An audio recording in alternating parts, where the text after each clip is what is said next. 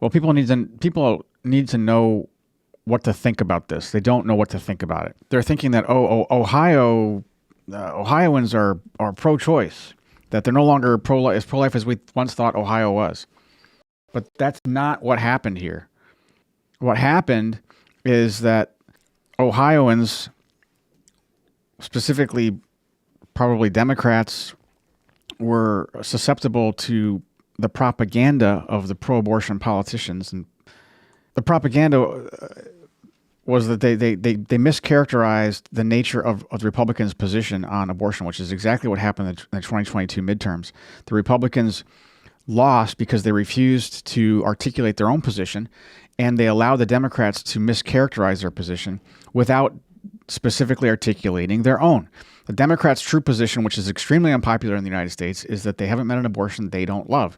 The Republicans' position was mischaracterized by Democrats, even in Proposition 1 in Ohio, as if the Republicans get their way, they're going to throw women in jail for getting abortions. They're going to deny women contraception. They're going to let women die on the operating table for miscarriage because they can't do miscarriage treatments.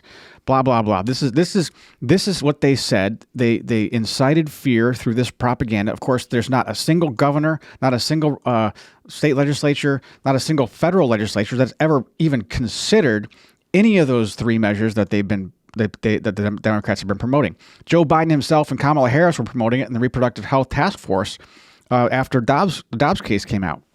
I mean, it's absolutely insane. And this is how they win. They win by virtue of the fact that the Republicans refuse to be pro-life statesmen. The Republicans take their campaign cues from the pro-abortion Democrats. Well, they might as well just change their affiliation to Democrat. I mean, if all they want to do is lose, it absolutely boggles my mind. Here, what happened in Ohio is a pattern.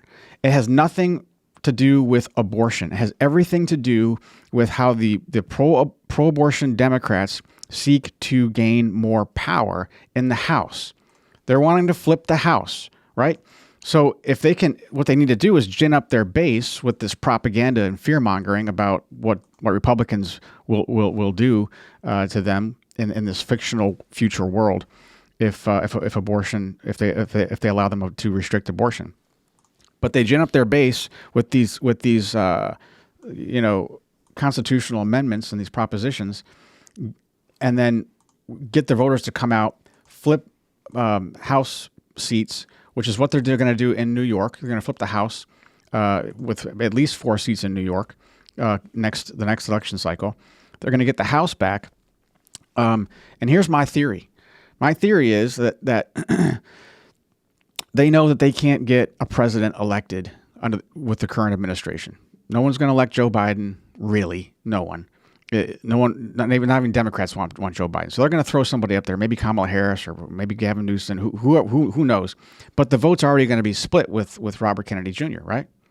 So the Democrat vote's going to be split for the first time in I don't know how long, decades and decades. And then if Trump gets the nomination for the Republican Party, DeSantis might run and split the vote. If DeSantis gets the nomination, Trump might run and split the vote. And then you get no single president getting 290 electoral votes, which means that it's going to have to go to it's a contingent election, which is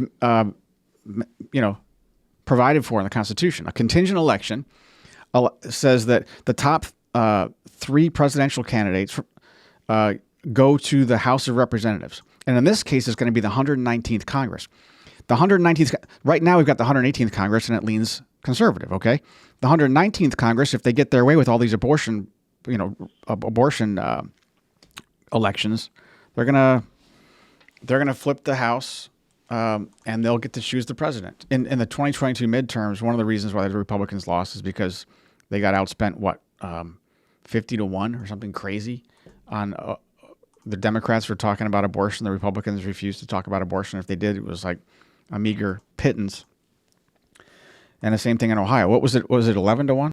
Well, not to mention the fact that the Republicans don't want to talk about abortion. And that's how they're going to lose. And if they're not careful, they're going to lose again, and they're going to lose big. One of the things we might want to consider doing is taking a play or a move out of the playbook of the LGBTQ XYZ ABC 123 group. Was it 2015? When was Proposition 8 in California with where the people in California overwhelmingly voted that marriage was between a man and a woman? 2008. So you had this activist judge that nullified the will of the people in Proposition 8 in California. That, fast forward, it went to the Supreme Court, and the Supreme Court catastrophically ruled on the Obergefell case, which was the Proposition 8 case, essentially overturning the will of the people when it came to the recognition of same-sex marriages. Is it possible that you can get a level-headed judge, in the U.S. District Court out there in Ohio that says, "Oh, wait a second, this proposition is unconstitutional," and stay it? I mean, you have to look at the wording of the bill or the proposition, I guess, but it didn't matter for the activist judge in California. He didn't care. This bill was passed by propaganda and lies.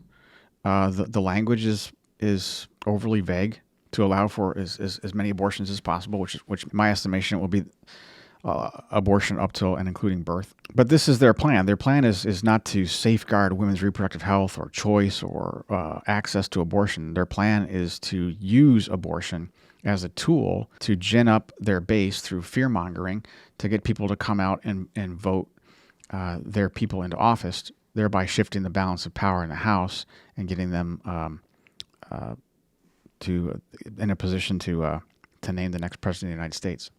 And by the way, their goal is to, according to Joe Biden, their goal is to codify Roe, which is another way of saying they want to make abortion a fundamental human right through legislation at the federal level and rob the people at the state level of the right to restrict abortion, which is what Dobbs' case was all about. But again, I have to say, it's not about abortion. If they enshrine abortion as a fundamental human right, it will compete with the First Amendment, religious liberty and freedom of speech of Christian pro-life people, and it will, in fact, outlaw all public pro-life activity. It's the camel's nose under the tent of undermining the First Amendment. The First Amendment being obviously the first in order of all the amendments, but also it's the first in terms of primacy. It is the amendment upon which all other amendments depend. So, I mean, this is key for undermining the constitutional rule of law. The constitutional rule of law that America is founded upon is based on a Judeo-Christian moral framework that values all people equally, which is one of the reasons why the Declaration of Independence says we were endowed by our Creator, not our government, specifically when they're declaring independence against a tyrant. So now when you've got tyrants coming up, they need to undermine the constitutional rule of law by undermining that First Amendment. It's not about these social issues for these Democrats, but they have figured out how to run campaigns. People want campaigns to be about the moral issues. They don't want to talk about the money. They don't want to talk about the debt. They don't want to talk about how much they're losing or how to protect what they've got. They want to talk about the future of America. They want to talk about things of purpose and meaning. And Republicans, they always seem to be two steps behind. They always seem to be talking about derivative issues. I mean, obviously, crime is a derivative issue when it comes to morality, since increase in crime and mass shootings, for example, represent the fact that we have lost our moorings morally. But the Republicans refuse to actually go there and talk about that. Mike Johnson has talked about that. He's been lambasted for it in Rolling Stone. Oh, well, the Democrats talk about moral issues. Why aren't they getting lambasted for it in Rolling Stone? The fact is that the Democrats don't have any reason or any basis for a moral framework, and the Republicans do. They just can't bring themselves to say God. Yeah. Good Lord. Maybe they should say that. Please, Lord. They borrow Judeo-Christian moral language. For what, though? I mean, how can they actually use our moral? How could they even be morally outraged? It boggles my mind how somebody who doesn't believe in God, or somebody who thinks that there is no higher authority, can actually be morally outraged at anything. I mean, if let's just say, for example, that Darwinian evolutionary theory is true. Let's just throw that out there. Okay, let's say it's true. Well, the strong survive. Well, what's the problem? Well, why are you morally outraged at somebody being at injustice and unfairness, and somebody not having an equal amount of money or an equal amount of education or an equal amount of medicine or what have you? Fill in the blank. Why do you care if we are human beings and existence itself is a big cosmic accident? There is no basis for a moral framework in a cosmic accident. It's Nietzscheism. It's let the strong survive and the weak just die. It's this sheer will to power. That's all they have, and that's what they're acting like. By the way, they're just manipulating the public in this Judeo-Christian echo of a culture, using Judeo-Christian terminology to exercise their will to power, and people are falling for it. They're falling for it. They fell for it in Ohio. Whose morality are you going to choose? Which set of core values will you choose? Let's just say you all agree on the same core values, which is a big long shot. Which order of those core values will you choose? Who's going to arbitrate? Who's smart enough? Who's the body of decision makers that are going to make the decision for the rest of humanity as to what moral framework, what right and wrong is, and how to arbitrate between competing interests? Who are we going to vest with that level of power? So I saw somebody quote Mike Johnson the other day. Maybe it was in one of the Rolling Stone magazine issues. I don't read Rolling Stone as a general rule, just when they say stupid things. He was being criticized for saying that America's not a democracy. It's a representative republic. By the way, that's Mike Johnson's right. America was founded as a representative republic. Right. And he characterized that as Mike Johnson, a democracy, as something like two wolves fighting over which lamb to have for dinner. And when you have the rule, democracy, essentially, Aristotle said democracy will ultimately tend toward tyranny because it becomes the rule of the mob. The rule of man, not the rule of the law. Rule of law is designed to transcend generations and generational differences, and the rule of man is basically one man or a small group of people who get to dictate to all the other men or all the masses what is right and what is wrong, and how they should behave. And usually that translates into how they should serve the elite, which is basic communism. What did we talked about this the other day? What did Animal Farm? There's a quote in Animal Farm: "We're equal, but we're just more equal than you." This is how they sell it, and so I think that's one of the ways they get these some of these kind of what some people call low information voters to show up. They get easily manipulated by propaganda and emotion, and they show up and vote for something they have no idea what it's for and what it will do to the society that they're living in. After 4 or 5 generations of government education, meaning education that's been centralized into state or federal agencies, there's a major conflict of interest there. You've got politicians or bureaucratic managers that were appointed by politicians that are creating or mandating curriculum that educates the next generation of voter to their own narrative to secure even more power. This is a very dangerous situation that America's in right now, and I think that this Ohio proposition demonstrates just how dangerous the situation is. You don't have Ohioans being more pro-choice now than they were a year ago. You have Ohioans being more susceptible to propaganda in 2023 than they were in 1983, and so they do what they're told. They vote how they're told to vote. and that didn't happen by by simply spending $5 more than for every $1 the Republicans spent. That happened by taking control of the education system 5 generations ago. So, I mean, here we are. Nevertheless, and I think this is a great opportunity to point people back to the pattern that is emerging. And you might say, well, where's the pattern? Where's the other ballot propositions for modifications for constitutions at the state level? Well, one might argue that New York State is the abortion capital of the globe. In fact, I say that all the time. Meaning we have more liberal abortion laws on the books than any other state, and that includes like North Korea. You can come to New York and get an abortion up through all 9 months of pregnancy. There is no restriction on abortion in New York State. In fact, New York State promotes and pays for and protects abortionists. In fact, they spent money, millions and millions of dollars in private practice abortion security to the taxpayers.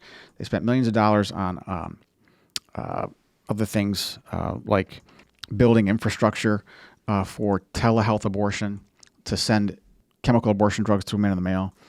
They passed a law protecting the chemical abortionists from criminal liability for illegally shipping these drugs to pro-life states.